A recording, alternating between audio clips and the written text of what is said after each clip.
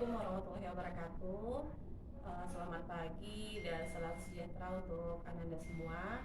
Baiklah, pada kesempatan kali ini kami dari tim KMB akan mempraktekkan tentang pelaksanaan Praktikum Resusitasi Jantung Paru atau RJP.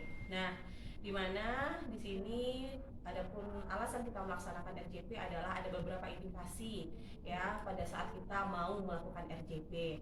Yang pertama, kita harus perhatikan dulu kalau bahwasanya kondisi pasien memang dalam keadaan tidak sadarkan diri. Tidak sadarkan diri itu memang ada gangguan pada jalan nafas pasien ya, sehingga memang tidak memungkinkan pasien untuk bernafas spontan atau ada sumbatannya di jalan nafas pasien tersebut ya.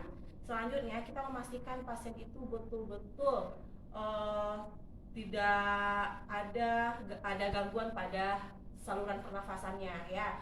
Jadi kita harus memperhatikan primary survey-nya ya. Artinya apa? Artinya sebelum kita melakukan RJP, kita pastikan semua kondisi pasien itu memang wajib dilakukan resusitasi jantung paru. Karena kita harus memikirkan juga jika misalnya pasien dia dalam keadaan misalnya dia hilang kesadaran, tetapi dia tidak wajib dilakukan resusitasi jantung paru, itu akan berimpact fatal pada pasiennya. Nah, baiklah Ananda, ada dua kriteria kita dalam melakukan RJP. Yang pertama kriterianya adalah pada saat pasien ada gangguan dalam penurunan kesadaran atau ada gangguan dalam proses bantuan hidup dasar pasien, sehingga saat di rumah sakit, nah ada beberapa indikator yang harus kita lakukan kalau kita berada di rumah sakit.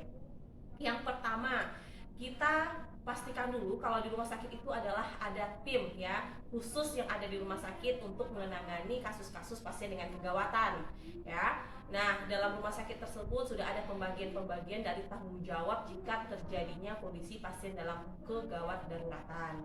Nah, biasanya kalau pasien di rumah sakit dalam kondisi kegawat daruratan, jika pasien mengalami gangguan daripada fungsi jalan nafasnya, itu biasanya kita akan memberikan kode code blue. Dengan adanya kode blue itu, semua pihak rumah sakit atau yang berada di ruangan tersebut akan paham bahwasanya itu adalah kondisi kegawat daruratan yang terjadi pada pasien ya.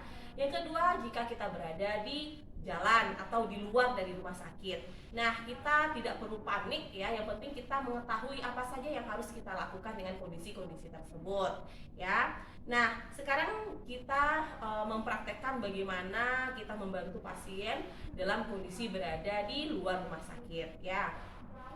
Baiklah, kita melihat pasien berada mengalami kecelakaan lalu lintas ya. Yang pertama yang harus kita perhatikan sebagai penolong itu adalah 3A. Aman diri, aman lingkungan, dan aman pasien. Yang pertama adalah aman diri. Kita pastikan bahwasanya kita sebagai seorang penolong itu memang betul-betul dalam kondisi yang aman, kondisi yang fit ya, baik tenaga maupun kesehatan dan lainnya ya. Itu yang dikatakan aman diri ya. Yang kedua, aman lingkungan. Aman lingkungan, kita pastikan bahwasanya lingkungan tempat kita akan melakukan suatu tindakan ke pasien itu tidak ada gangguan. Contoh, jika pasien berada tergeletak di jalan raya misalnya ya, kita harus pastikan dulu pasiennya sudah berada di kita kita bawa pasiennya ke pinggir ya. Kita pastikan kondisi tempat kita melakukan RJP-nya nanti tidak ada gangguan dari pihak manapun ya. Itu yang dikatakan aman lingkungan, tidak ada yang mengancam saat kita melakukan RJP. Yang ketiga, aman pasien. Kita pastikan pasiennya dalam kondisi aman. Contohnya saja, saat posisi pasien berada di lokasi mau kita lakukan tindakan, kita pastikan tempat pasien tidur itu kondisinya datar, habis itu tidak memungkinkan terjadinya patahan. Contoh, kita letakkan posisi pasien misalnya di atas tempat duduk. Rupanya tempat duduk itu sekali genjot aja langsung patah, itu berisiko terhadap cedera punggung pula pada pasien dan hal-hal lainnya yang akan berakibat fatal. Nah, jika 3A itu sudah kita lakukan, selanjutnya apa? Selanjutnya kita pastikan kondisi pasien itu betul-betul tidak sadarkan diri dan betul-betul butuh dilakukannya resusitasi jantung paru. Nah, bagaimana caranya? Caranya yang pertama adalah kita panggil pasiennya dulu. Cara memanggil pasiennya adalah Pak, Pak, Pak, Pak. Kita tepuk dulu di sekitar daerah bahu pasien ya. Kita panggil Pak, Pak, Pak. Jika tidak ada sautan dari pasien, tidak ada pergerakan dari pasien, kita langsung minta tolong ya kepada pihak manapun yang berada di sekitar kita. Tolong, tolong, tolong.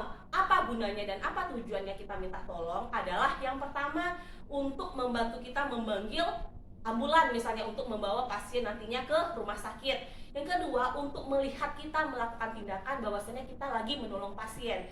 Takutnya nanti tidak ada saksi yang melihat kita, maka kita akan dianggap nanti lebih memperparah kondisi pasiennya. Nah, jika ada nanti yang menolong kita, kita suruh kita minta bantuan satu orang untuk menelpon ambulan atau untuk mencari proses evakuasi. Yang satu lagi, tolong lihatkan saya Pak, saya akan melakukan tindakan kepada pasien.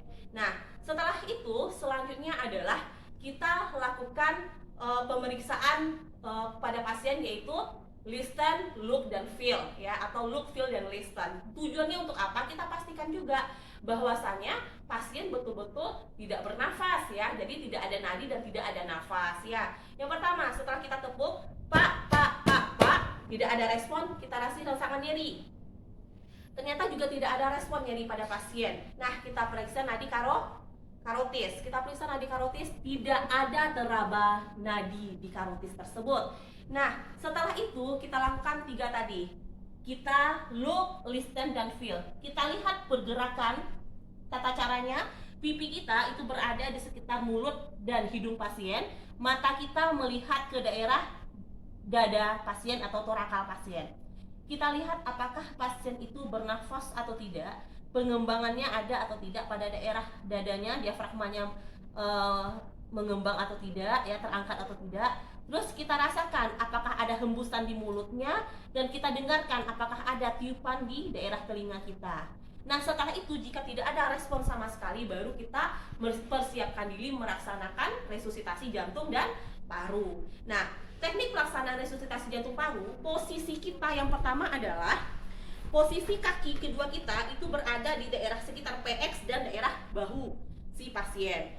Nah, yang kedua, jari kita yang terkuat itu harus berada di daerah bawah karena ini akan melakukan penekanan nantinya. Nah, kebetulan posisi tangan saya yang kuat itu ibu adalah di sebelah kanan, jadi ini akan ibu letakkan di daerah bawah. Di mana posisi tangan kita itu adalah di sekitar possessus hypoideus, ya, sekitar sini dia. Nah, tangan kiri kita itu berada di atas daerah tangan kanan. Dengan posisi boleh dilakukan penyilangan seperti ini untuk memperkuat tenaga kita dalam melakukan tindakan RCP. Selanjutnya, punggung kita tidak boleh menekuk berlebihan, tetapi tegak lurus ya, seperti ini, dengan alasan tidak ada satupun saat kita melakukan resusitasi jantung paru atau kompresi itu badan kita menekuk. Kedalaman kita mengkompresi adalah 5 cm ya. Jadi kita harus memperkirakan 5 cm agar apa? Agar betul-betul mengenai daerah sasaran kita untuk mengembalikan sistem konduksi daripada jantung ya. Sehingga kembalilah nantinya kelistrikan daripada jantung dan pasien kembali untuk nadi pasien kembali dan pernafasan pasien juga ikut kembali. Kita melakukan RJP itu adalah 5 siklus ya, dan saya akan mempraktekannya sebanyak 1 siklus saja ya, nanti tolong diperhatikan. Pasien dalam kondisi tidak ada nadi dan tidak ada nafas.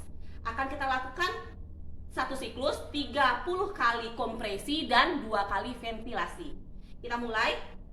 1, 2, 3, 4, 5, 6, 7, 8, 9 1, 2, 3, 4, 5, 6, 7, 8, 9 2, 1, 2, 3, 4, 5, 6, 7, 8, 9 3.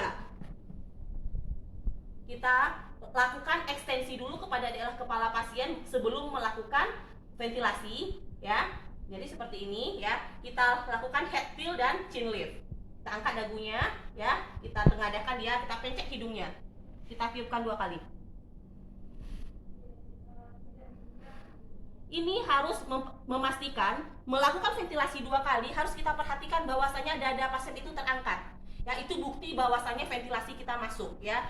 Cukup 2 kali saja ya. Ini kondisi kalau kita berada di lapangan, dan itu kita lakukan secara berulang-ulang selama 5 siklus ya, dimana 1 siklus itu adalah 30 kali kompresi, 2 kali ventilasi. Ingat, saat memberikan ventilasi, daerah kepala pasien harus ekstensi, dagunya dipegang dan dahinya ditekan sambil menekan daerah hidung pada pasien. Nah, setelah itu lakukan kembali selama 5 siklus.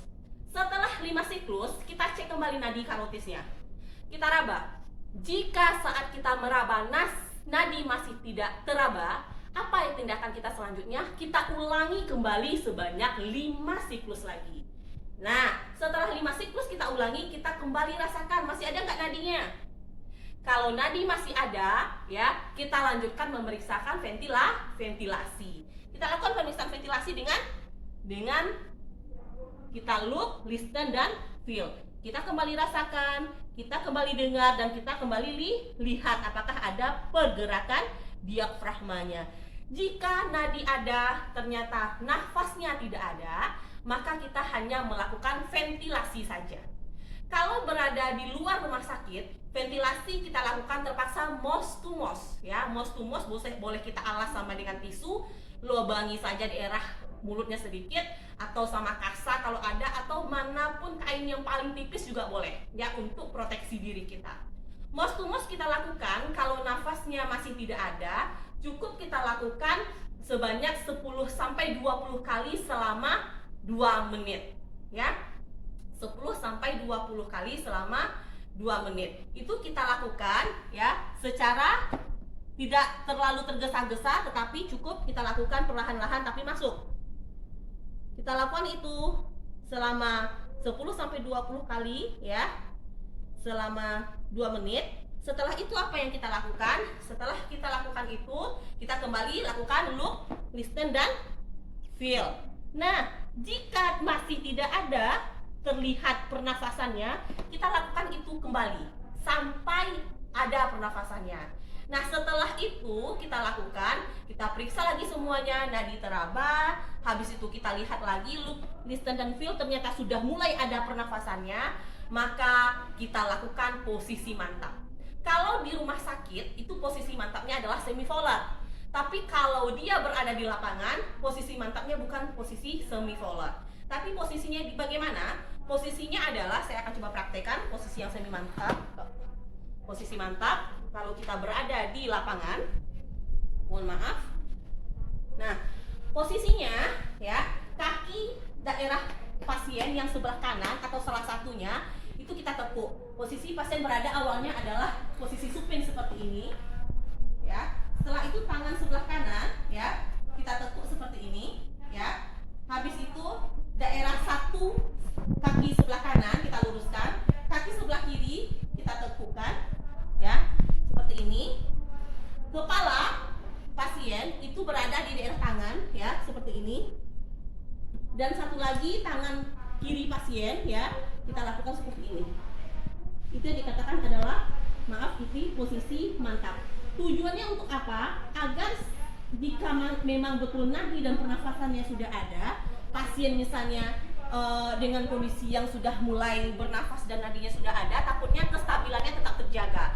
Jika ada respon muntah, dia akan muntah tanpa harus tertelan kembali.